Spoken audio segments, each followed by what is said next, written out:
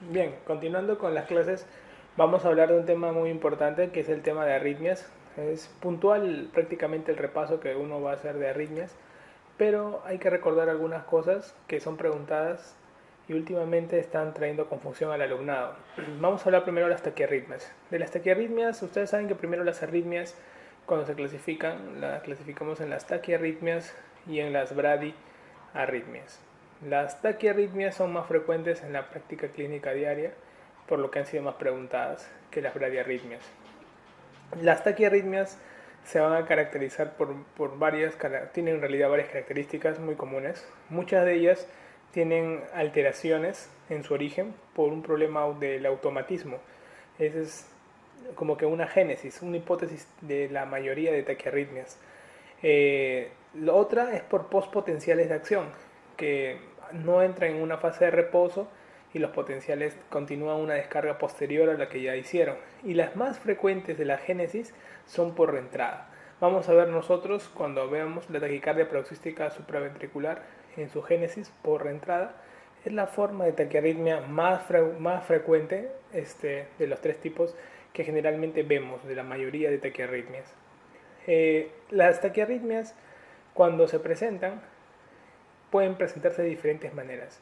Algunas se originan a nivel auricular, otras se originan a nivel ventricular y otras tienen una alteración debido a una génesis anormal del ritmo y que justamente por una reentrada anormal que sea por tipo nodal o una reentrada a través de una vía accesoria se perpetúa el mecanismo de descarga constante que se va a venir dando. Cuando hablamos de las taquiarritmias, te van a preguntar cuál es la más frecuente. La más frecuente es las extrasístoles. Las extrasístoles ventriculares, extrasístoles auriculares en general, abarcan el tipo más frecuente de taquiarritmia, pero son las menos sintomáticas. No se tratan generalmente y solo se van a tratar cuando estos tengan alguna alteración, alguna clínica sintomática en el paciente y sobre todo conlleven molestias. Las extrasístoles se caracterizan por tener de comienzo y fin súbitos, son reproducibles y potencialmente curables, como la gran mayoría de las tres características más frecuentes de las taquiarrítmicas. Cuando estudian una taquiarritmia tienen estas tres características. Por lo tanto, la mayoría comparte mismos patrones clínicos, por lo que uno ya debe conocer, si te preguntan el tipo de arritmia, saber dónde debes encasillarla, ¿no? La fibrilación auricular es otra taquiarritmia importante, es la más preguntada y aparte es la taquiarritmia clínicamente más significativa porque es la más frecuente que se ve en la práctica clínica diaria. De todas las taquiarritmias que terminan dando alguna repercusión clínica, la fibrilación auricular es la más frecuente. Por eso te la preguntan más. Luego vas a encontrar el flutter y también las taquiarritmias asociadas a QRS ancho y a QRS estrecho, que es la forma como lo hemos catalogado para que un poquito se te pueda ordenar el tema, ya que taquiarritmias es como el tema de glomerulonefritis. Es todo un mundo que a veces si no sabes dónde comenzar a estudiarlas, pueda que no termines de estudiarla y al final los conceptos quedan en el aire, ¿no? Respecto a la génesis más frecuente de las taquiarritmias, dijimos que el tipo más frecuente era por reentrada. Hay dos tipos de reentrada, las de vía ortodrómica o las de vía antidrómica. La vía ortodrómica, acuérdate de la mnemotecnia nodo. ¿Por qué? Ortodrómica, por la letra O. Quiere decir que bajan por el nodo y suben por una vía accesoria. En cambio, en la antidrómica tienden a bajar por una vía accesoria y tienden a subir por el nodo. De tal manera que son dos mecanismos, de los tres mecanismos que existen para las taquiarritmias, este es el más frecuente y esta es la forma de cómo vamos a diferenciar. Vas a ver tú que en la taquicardia paroxística supraventricular, que ha sido es de las arritmias que últimamente se están preguntando mucho en residencia, por ejemplo, vas a ver que la vía, en un porcentaje no despreciable, ortodrómica es de las más utilizadas.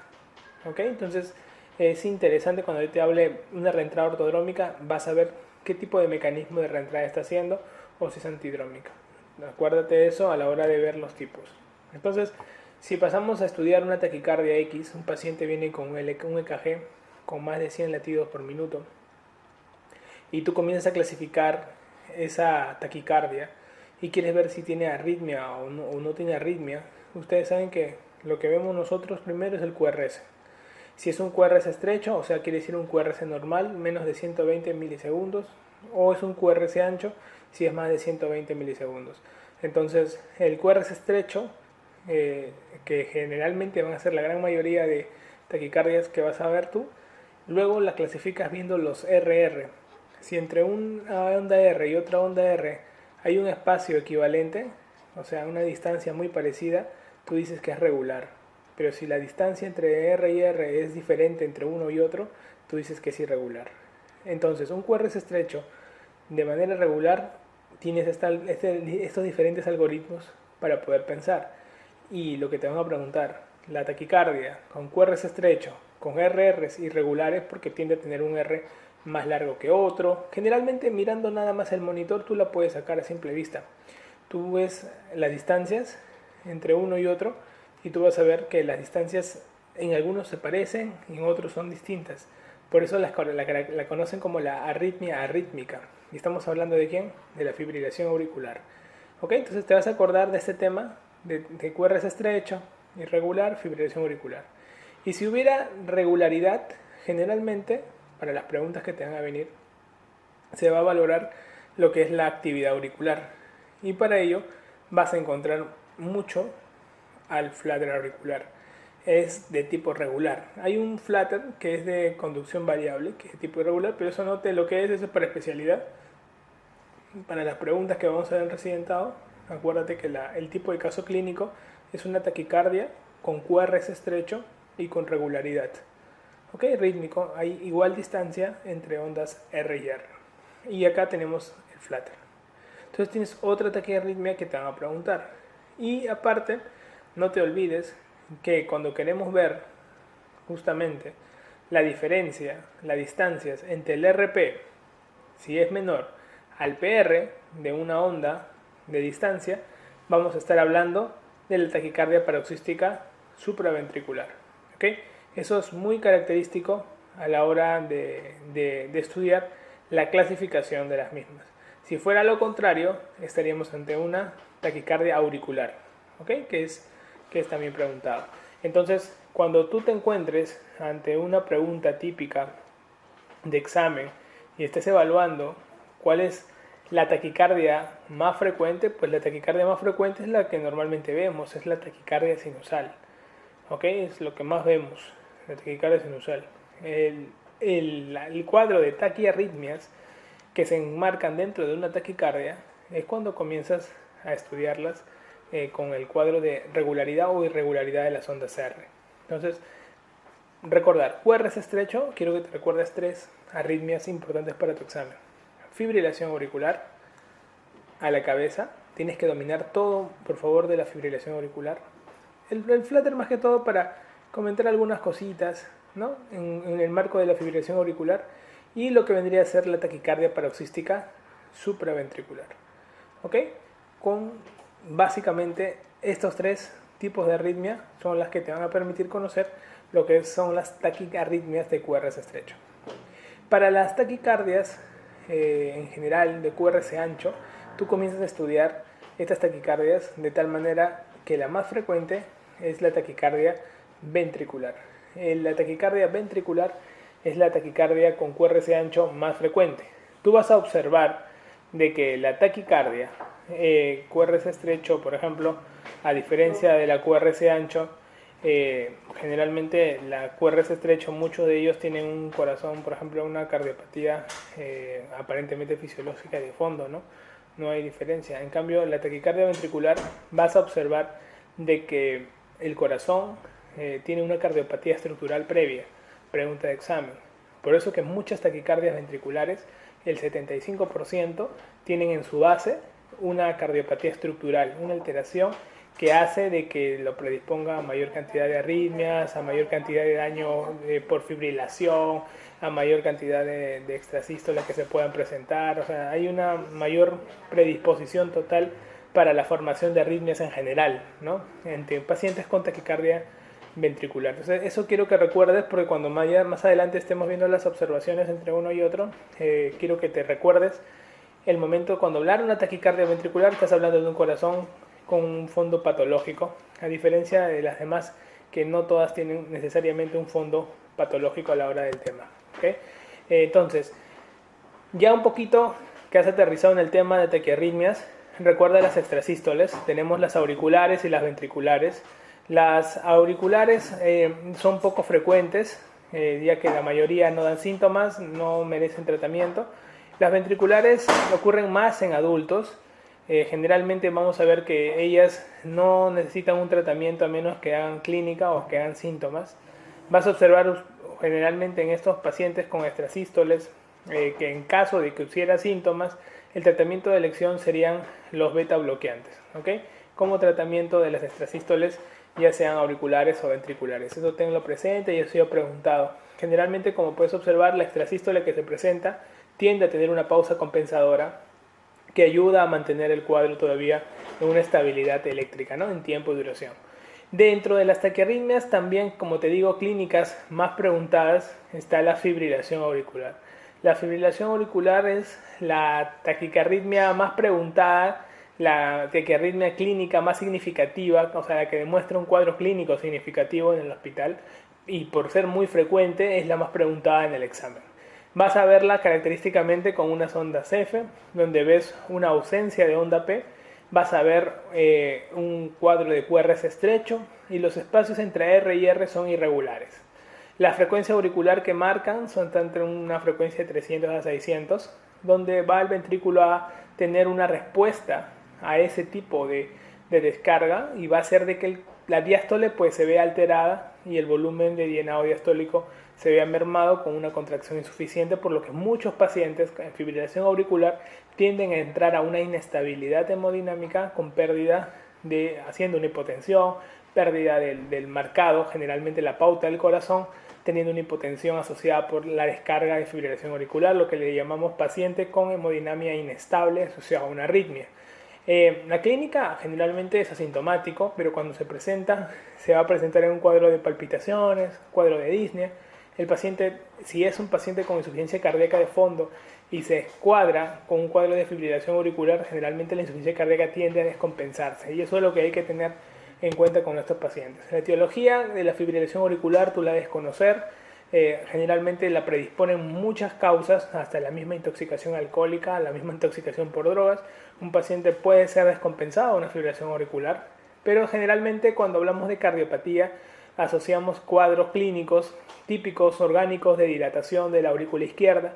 Dentro de ellas, en el Perú, lo más frecuente, la estenosis mitral por fibra reumática como causa más frecuente y una dilatación auricular posterior a esa estenosis. Vamos a ver nosotros que la fibrilación auricular es un condicionante fundamental de tromboembolismo sistémico, por lo cual es una variable a tener en cuenta, ya que cuando la aurícula tiende a crecer más de 55 milímetros, tiende a haber una disminución de la velocidad de sangre a nivel de la orejuela, y eso tiende a predisponer, cuando la velocidad es menos de 20 centímetros por segundo, a una posibilidad de generar trombos. Otras causas de fibrilación auricular son los pacientes posoperados de corazón. El 25% salen con fibrilación auricular, pacientes con hipertiroidismo preguntado, pacientes que en estado de hipoxia nada más te puede dar fibrilación auricular, o pacientes con hipercapnia, pacientes que tengan una retención crónica maltratada, o pacientes que tengan una cardiopatía isquémica crónica, coronarios por todos lados. La cardiopatía hipertensiva, que tanto nosotros hablamos, también te puede predisponer justamente la fibrilación auricular, es la arritmia más asociada a cardiopatía hipertensiva. Dentro de los tipos de fibrilación auricular, ustedes van a ver que dentro de su génesis tenemos anormalidades estructurales de la aurícula y anormalidades eléctricas de la aurícula. Dentro de las anormalidades estructurales tenemos cuadros de dilatación, de isquemia, de fibrosis, de hipertrofia, y los cuadros de anormalidades eléctricas de la aurícula básicamente tienen que ver con lo que vendría a ser la disminución de la refractariedad. Dentro de todos los marcos que generalmente vamos a ver la génesis de una fibrilación auricular, ¿no? Dentro de los tipos de origen, sean factores generales extracardíacos o sean factores cardíacos, al final las anomalías pueden ser estructurales o pueden ser de tipo eléctricas, ¿ok? Bien, respecto a lo que son los tipos de fibrilación auricular, encontramos 4 tipos en las guías. La del primer episodio, aquel que haya sido documentado en el hospital y generalmente no ha tenido un antecedente aparentemente previo. El paroxístico, aquel que debuta en el paciente y se tiende a autolimitar farmacológicamente por terapia eléctrica o de manera autolimitada, y generalmente las primeras 48 horas tiende a ser autolimitado, ¿no? Pero puede presentarse durante toda la primera semana del proceso de la fibrilación auricular. En el caso de los pacientes que tienen una fibrilación persistente, son pacientes que también, a diferencia prácticamente del último, pueden sufrir o puede darse una cardioversión eléctrica importante, y lo que hay que tener en cuenta es que el primer episodio, la paroxística y la persistente, pueden ser sometidos a una cardioversión, a diferencia de la permanente, que no se somete a una cardioversión pregunta examen. La persistente tiende a demorar más, el paciente puede estar 2-3 meses con su fibrilación auricular, pero en un momento tiende a ser revertida en el tratamiento farmacológico. Más la permanente es aquel paciente generalmente mayor que tiene más de 6 meses con la fibrilación auricular y generalmente no es revertida la misma, ya que el paciente lo único que se le hace es anticoagulación y control de la frecuencia cardíaca, pero no se le hace una cardioversión farmacológica o eléctrica para volverlo a un ritmo sinusal, ¿no? En cambio, en lo que sí se puede intentar cardioversión es en el primer episodio, en la paroxística y en la persistente. En la permanente no se hace cardioversión. Sospechen una permanente en las preguntas de examen cuando te pongan un paciente con más de 6 meses de fibrilación auricular. Generalmente son permanentes. Solamente en ellos se hace un tratamiento de control de la frecuencia cardíaca más anticoagulación permanente. ¿Okay? Un INR entre 2 a 3, como son los valores que ya hemos mencionado en farmacología cardiológica, que deben mantener en un paciente con fibrilación auricular. No olviden que esta arritmia, la tercera parte de la forma de presentación es silenciosa, o sea, sintomática, y recuerden que aumenta 5 veces el riesgo de ACV de tipo isquémico. Recuerden que es una arritmia embolígena, es la causa más frecuente de embolia asociada en un paciente, por lo que solamente palpando el pulso uno puede saber si está ante una fibrilación auricular. Ven una taquicardia más de 100 con un ritmo que no es sincrónico, latidos asincrónicos o tales que se puedan presentar, pues se van a hacer sospechar a una fibrilación auricular. El diagnóstico y la evaluación clínica de la fibrilación auricular, no olviden que el EKG tiene una recomendación de clase 1, evidencia C, para el diagnóstico. Vamos a observar ausencia de ondas PES, vamos a observar lo que vendría a ser la RR variable. ¿Okay? Estos dos ayudan al diagnóstico final mediante electrocardiografía. Recuerden también que a la hora que estamos ante un EKG, estas ondas son las ondas F minúsculas, ya que las ondas F mayúsculas son los del flutter, ¿no? En pacientes con fibrilación auricular, para evitar un tromboembolismo y hacer un ACV, nosotros usamos una puntuación que tienes que recordar para tu internado, que es el CHAS2-VAS2, ¿no? El CHAS lo que hace es asigna una variable, un puntaje, y mientras tengas una mayor puntuación, el paciente tiene la mayor probabilidad de hacer un ACV, ¿no? Ya que se hace un reconocimiento de tasa ajustada de ACV en porcentaje cumulativo por año, y el cual el paciente va a ir comenzando a tener una mayor posibilidad de hacer este mismo, ¿no? En la puntuación del CHAS2-VAS vemos nosotros factores de riesgo que son en este caso mayores, y estos factores de riesgo se van a asociar a variables de edad y variables clínicas. De las variables de mayor puntuación, como ustedes pueden ver, el puntaje de 2, vamos a ver que la edad es un puntaje que le dan bastante importancia, y lo que vendría a ser el accidente o el accidente cerebrovascular previo que haya tenido el paciente. Estos dos tienen un puntaje de 2. Todas las demás variables tienen un puntaje de 1. No olviden que la edad de corte para puntaje de 2 es mayor o igual a 75 años. Entonces, la insuficiencia cardíaca, puntaje. La hipertensión, edad mayor o igual a 75. Diabetes, accidente cerebrovascular, enfermedad vascular periférica, edad entre 65 y 74 años, y el hecho de ser mujeres da un puntaje mayor al CHAS-VAS. Recuerden, en algunos casos clínicos van a comenzar la pregunta con mujer de 85 años. Ya con mujer y con 85 años tiene un puntaje de 3 puntos para el CHAS para iniciar tratamiento. Entonces, un paciente con factor de riesgo asociado para poder hacer un ACV, sí tiene. Solamente con ser mujer y tener 85 años, tiene un puntaje para hacer el tratamiento con anticoagulación o con antiagregación propiamente dicha. Entonces hay que tener en cuenta sobre qué modelo y sobre qué esquema estamos evaluando al paciente para poderle dar el tratamiento adecuado. Cuando tú tienes un puntaje para hacer un paciente con FA, fibrilación auricular, darle tromboprofilaxis, tú tienes que evaluar el puntaje. Si el puntaje es mayor o igual a 2, tú no pienses, le das anticoagulación oral. Si el puntaje es de 1, puedes darle antiagregación o darle anticoagulación. Te lo dan a escoger, pero mejor, recuerden, siempre la anticoagulación va a ser mejor que la antiagregación en pacientes con probabilidad de tromboembolismo, pero ahí ustedes tienen que como que sopesarlo clínicamente si el paciente vale la pena correr el riesgo, ¿no? En pacientes que tengan puntaje de 0, basta con ningún tratamiento, y si en caso quisieras darle igual tratamiento a pesar de un puntaje 0, te sugieren hacer una antiagregación nada más con aspirina, ¿no? Entonces, la única medida que ha demostrado disminuir la mortalidad y mejorar la supervivencia en pacientes con fibrilación auricular es la anticoagulación. Entonces, para eso es que se basan de un esquema, de un algoritmo bastante unificado para que puedas tratar tu anticoagulación en pacientes con FA. Y para aquellos que se les pueda pasar la mano dándole un tratamiento de anticoagulación, existe una tabla que es el HAS-BLIT. El HAS-BLIT permite darle un puntaje igualito al cuadro clínico y nos permite saber en qué rango estamos nosotros de posibilidad de sangrado por sobreanticoagular al paciente.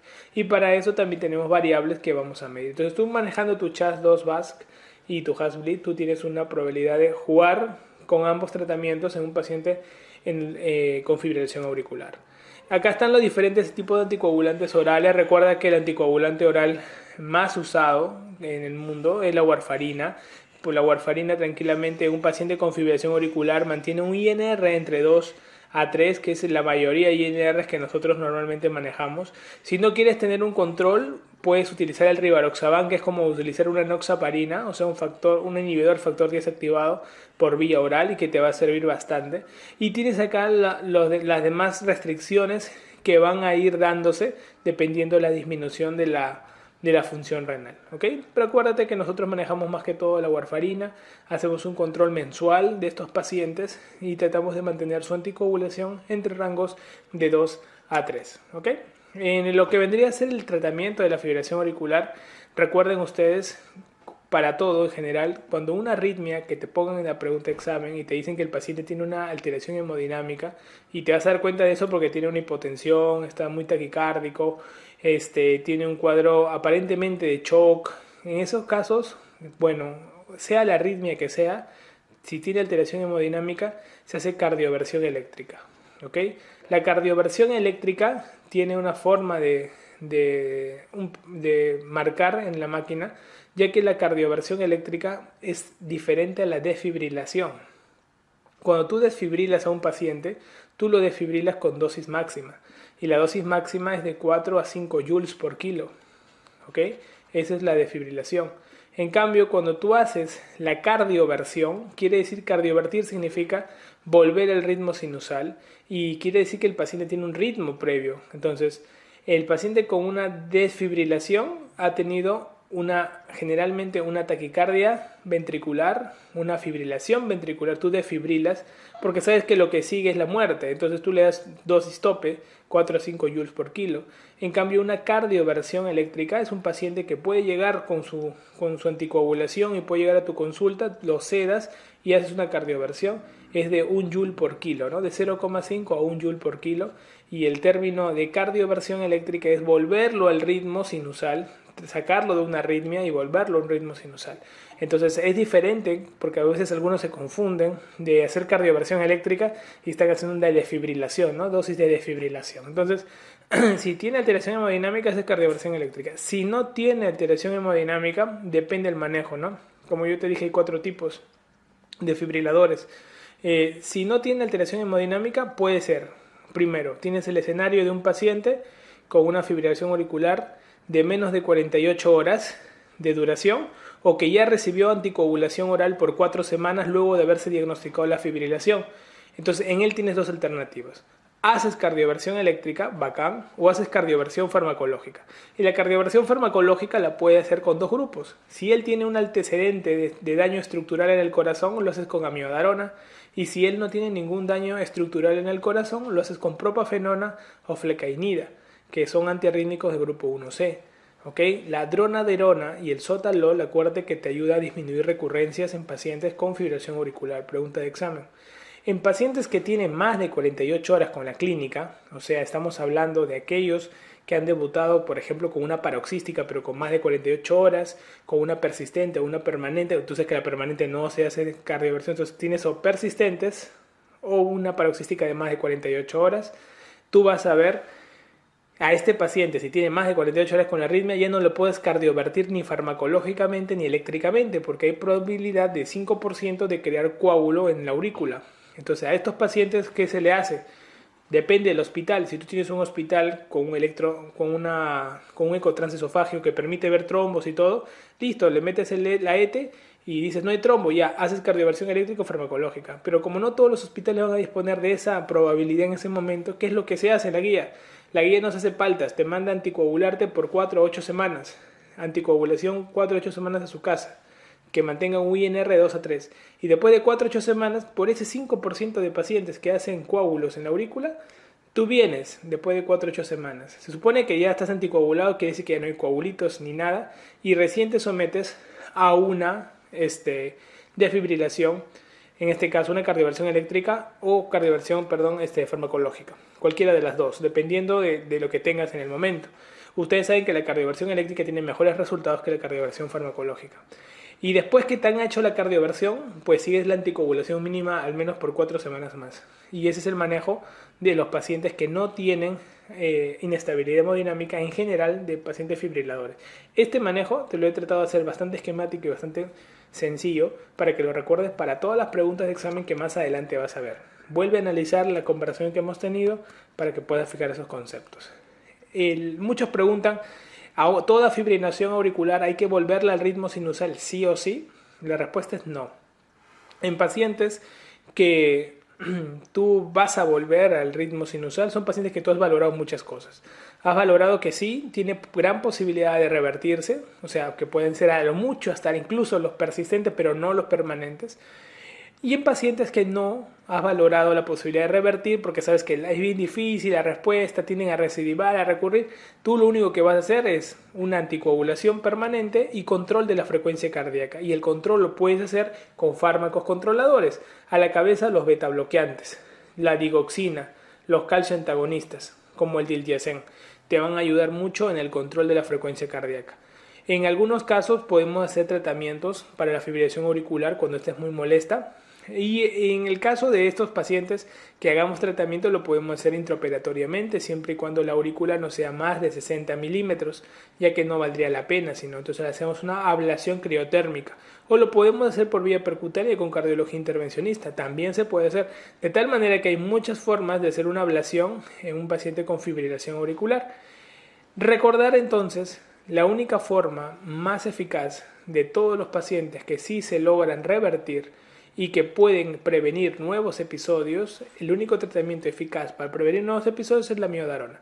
La amiodarona es el antiarrítmico que más usamos nosotros en el hospital, que lo usamos para cardiovertir al paciente farmacológicamente, ya que la mayoría de pacientes que nosotros vemos tienen algún daño estructural, tienen cardiopatía hipertensiva, valvulopatía asociada, coronariopatía. Entonces, como tienen algún daño ya cardiópata, usamos de frente amiodarona, no usamos propafenona, dronaderona, no nos vamos por ahí. Usamos ni propa ni flecainide, usamos de frente amiodarona, por ese pequeño detalle de que tienen corazones con una cardiopatía de fondo.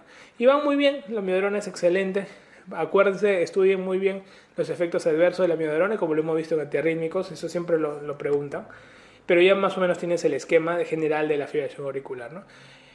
Flutter, ¿qué hablar de Flutter? Básicamente son ondas F mayúsculas más QRS estrecho, en el típico, frecuencia auricular 300, con una conducción 2 a 1, por lo tanto logras ver frecuencias cardíacas ventriculares 150. Es menos embolígeno que la fibrilación auricular y el tratamiento, si tiene una inestabilidad hemodinámica, es la cardioversión eléctrica. Y en caso de que no haga una inestabilidad hemodinámica, lo que tú vas a hacer es tratamiento con digitálicos, beta bloqueantes, Puedes usar un calcio antagonista como el verapamilo o puedes usar antiarrítmico como la amiodarona. El definitivamente el flúter, a diferencia de la fibrilación auricular, es bien rebelde al tratamiento farmacológico y tiende a recurrir, por lo que el tratamiento definitivo termina siendo la ablación por radiofrecuencia cabo-tricuspidia, ¿no? Que en este caso se da porque la mayoría son resistentes a antiarrítmicos. Acá vemos el flúter con las ondas F mayúscula. Bien, respecto a los trastornos de QRS estrecho, lo que nosotros vemos como representante es la taquicardia paroxística supraventricular. Nosotros observamos que en los pacientes con una taquicardia paroxística supraventricular puede ocurrir en muchos de ellos que el origen de la causa, en la mayoría de los casos, un 60%, sea por una taquicardia de reentrada intranodal, ¿no? O sea, si tú tienes una respuesta de reentrada en reentrada intranodal, quiere decir que a través del nodo auriculoventricular se generan los impulsos y estos condicionan pues, los potenciales de acción posteriores, ¿no? Las descargas que se van a venir dando. Eso ocurre en un 60% y en un 40% ocurre mediante un mecanismo que se llama trap ortodrómico.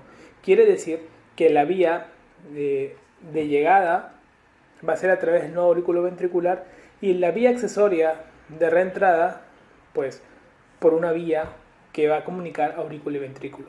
Baja por el nodo y sube por la vía accesoria. Por eso hablamos de un trap ortodrómico. El paciente con taquicardia paroxística supraventricular, muchachos, es una mujer joven generalmente, sin una cardiopatía estructural de fondo, un corazón sano. Y generalmente, cuando nos pongan el caso clínico, muchas de ellas pueden tener una onda a cañón en el pulso venoso. Recordar que los pacientes con taquicardia paroxística supraventricular es de la taquicardia más característica con QRS estrecho. Incluso pueden haber ausencias de ondas P. Lo que se ve es que el paciente tiene una taquicardia, que muchos de ellos son mujeres jóvenes que llegan a la emergencia, previamente pueden haber sido estimuladas por X causas, puede ser un efecto emotivo, puede ser una intoxicación.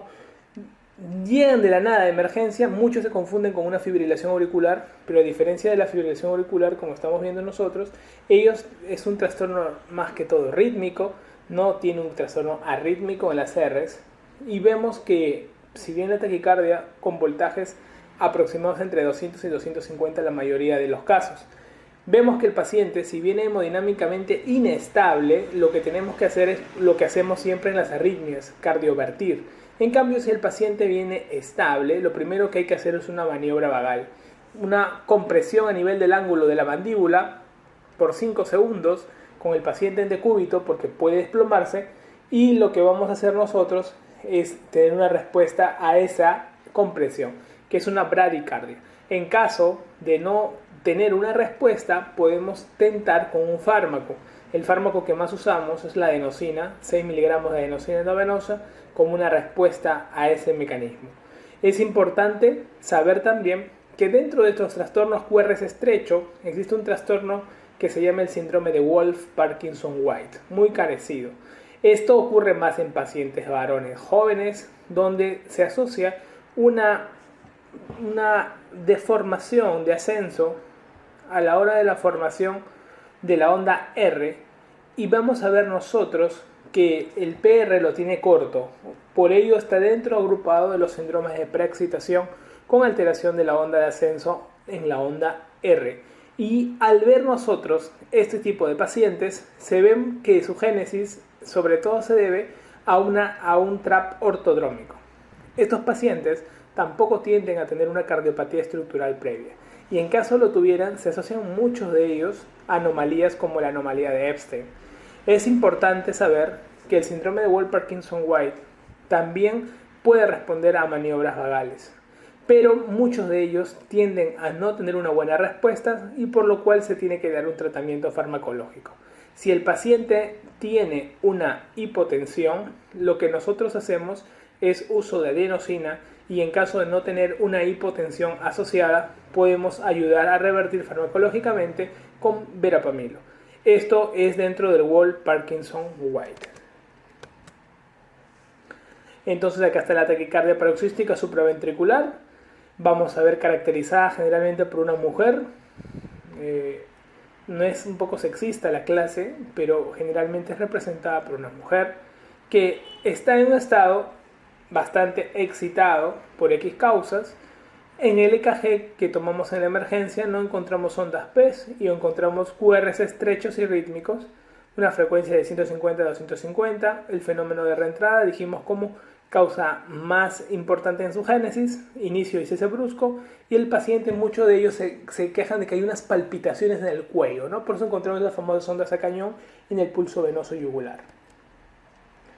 Si hay inestabilidad de cardioversión y si no lo hubiera maniobras vagales, adenosina, generalmente con adenosina la mayoría tiende a revertir. Y en caso de que haya recurrencias posteriores, se hace una ablación por radiofrecuencia. Dentro de los trastornos de QRS ancho que se observa a nivel de las taquiarritmias, vamos a ver la taquicardia ventricular. El 70% de los casos tiene una génesis en un corazón enfermo o una cardiopatía estructural. Es importante saber que las alteraciones electrocardiográficas representadas son generalmente las disociaciones auriculoventriculares. Estos pacientes, generalmente, cuando se presenta una taquicardia ventricular y hay una alteración hemodinámica bastante manifiesta, podemos hacer una cardioversión eléctrica. En caso que no lo hubiera, podríamos hacer una reversión farmacológica con propafenona. Es importante saber, dentro de las taquicardias QRS de ancho, la taquicardia ventricular, que representa la morfogénesis de todas las causas patológicas de corazón enfermo. Esta taquicardia ventricular va a ser origen a posteriores arritmias mortales, como la fibrilación ventricular. Tenemos acá la taquicardia ventricular monomórfica, todos tienen una misma forma, y la fibrilación ventricular, un caos a la hora de hacer las ondas, y lógicamente por ello una hipotensión sostenida que se va a presentar. En la evolución de ambas, y la pregunta de siempre, ¿cuándo cardiovertir una arritmia? Cuando tenga alteración hemodinámica. Recordar siempre, en la taquicardia ventricular, la cardioversión farmacológica generalmente es con amiodarona, ya que el 70% de causas tienen una estructura cardiópata de fondo. En cambio, en los que no tengan estructura cardiópata de fondo, la reversión la haremos con procainamida. El tratamiento definitivo es la ablación por radiofrecuencia, que nos va a ayudar bastante, y otro de los mecanismos de tratamiento va a ser los desfibriladores autoimplantables. Indicaciones de desfibrilación autoimplantable, pues tenemos a los pacientes con muerte súbita por taquicardia ventricular o fibrilación ventricular, tenemos a los pacientes con taquicardia ventricular sostenida postcardiopatía estructural, los pacientes con síncope de origen desconocido con taquicardia ventricular sostenida, hablamos de sostenido cuando dura más de 30 segundos, taquicardia ventriculares no sostenidas en cardiopatía isquémica, taquicardia ventricular sostenidas que no se den a tratamiento, que ayudan mucho en el manejo de la taquicardia ventricular. El paciente que llega a la hospitalización con una muerte súbita, observamos que el 90% de ellos tienen un origen cardíaco y un 10% un origen no cardíaco. Los pacientes que tienen un origen cardíaco, vamos a ver que ellos, un 80% se debe a causas isquémicas, como siempre lo venimos diciendo. Pueden haber otras causas no cardíacas asociadas, como puede ser el ACV o el síndrome de muerte súbita del lactante, a tener en cuenta. Las alteraciones del ritmo que nosotros vamos a ver más, el 90% es la fibrilación ventricular y el 10% es asistolia. En pacientes con asistolia solamente en el RCP y adrenalina como medidas de tratamiento, y en pacientes con fibrilación ventricular lo que hay que hacer es maniobras de RCP básico más de fibrilación como medidas antes de llegar a la parada cardíaca. Hay 4 ritmos dentro del RCP que uno tiene que dominar, y el primero es la taquicardia ventricular sin pulso, luego tenemos la fibrilación ventricular, la asistolia y la actividad eléctrica sin pulso. Dentro de la asistolia y la actividad eléctrica sin pulso, ambas solamente se necesita masaje por las maniobras de RCP. Las que necesitan descarga, pregunta de examen, es la taquicardia ventricular sin pulso y la fibrilación ventricular. Ellas sí necesitan descarga. ¿Ok? Taquicardia ventricular sin pulso y fibrilación ventricular. Asistolia y actividad eléctrica sin pulso, solo maniobras de RCP. Acá están las maniobras clásicas de RCP, actualmente el 32. Vamos a ver nosotros tener que ayudar a la mayoría de personas a utilizar los desfibriladores autoimplantables. Ustedes saben que la desfibrilación en promedio es de 5 por kilo, 4 o 5 joules por kilo, y hacemos las descargas generalmente siguiendo un protocolo de maniobras de RCP. ¿Ok? Bien, dentro de las bradiarritmias, las más importantes son los bloqueos auriculoventriculares. Tenemos los bloqueos de primero, segundo y tercer grado. El primer grado básicamente es un retraso en la conducción auriculoventricular con un segmento, prácticamente es el intervalo PR que se va alargando haciendo más de 200 milisegundos, o sea, más de 0.20 segundos. No hay clínica y no le damos un tratamiento. En el segundo grado observamos el MOVITS 1, el tipo 1, el Beckenbach o el MOVITS tipo 2. En el MOVITS 1 de Beckenbach lo que vamos a observar es una prolongación progresiva del PR hasta que hay una onda P que no conduce. Eso es característico del MOVITS 1. En el MOVITS 2 vemos nosotros que hay un PR normal y de repente hay una onda P que no conduce. Ese es en el MOVITS 2. O sea, tenemos que tenerlo presente en los bloqueos AB de segundo grado. En los bloqueos AB de tercer grado vemos una disociación auriculoventricular. Vemos ondas P por un lado y QRS por otro. Acá tenemos dos tipos. El tipo supragiciano, que es un QRS estrecho y frecuencias cardíacas aceptables, y un infragiciano, donde hay un QRS ancho tendiendo más a la bradicardia con frecuencias cardíacas menores de 40 latidos por minuto. Bloqueo AB de primer grado. Vamos viendo ya la elongación del PR. En el tipo 2, generalmente dentro del bloqueo de segundo grado tipo 1, el de Beckenbach característico, siempre lo preguntan, en los últimos 2-3 años ha caído, entonces hay que tenerlo en consideración. El tipo 2, acá están observando los bloqueos auriculoventriculares. Los bloqueos auriculoventriculares se caracterizan porque ahí la disociación que se da es la frecuencia auricular tiene una forma rítmica de presentación y la frecuencia de descarga ventricular tiene otra forma. Y si uno los junta, van a observar que la aurícula va a un ritmo y el ventrículo a otro, pero dentro del marco general de la descarga.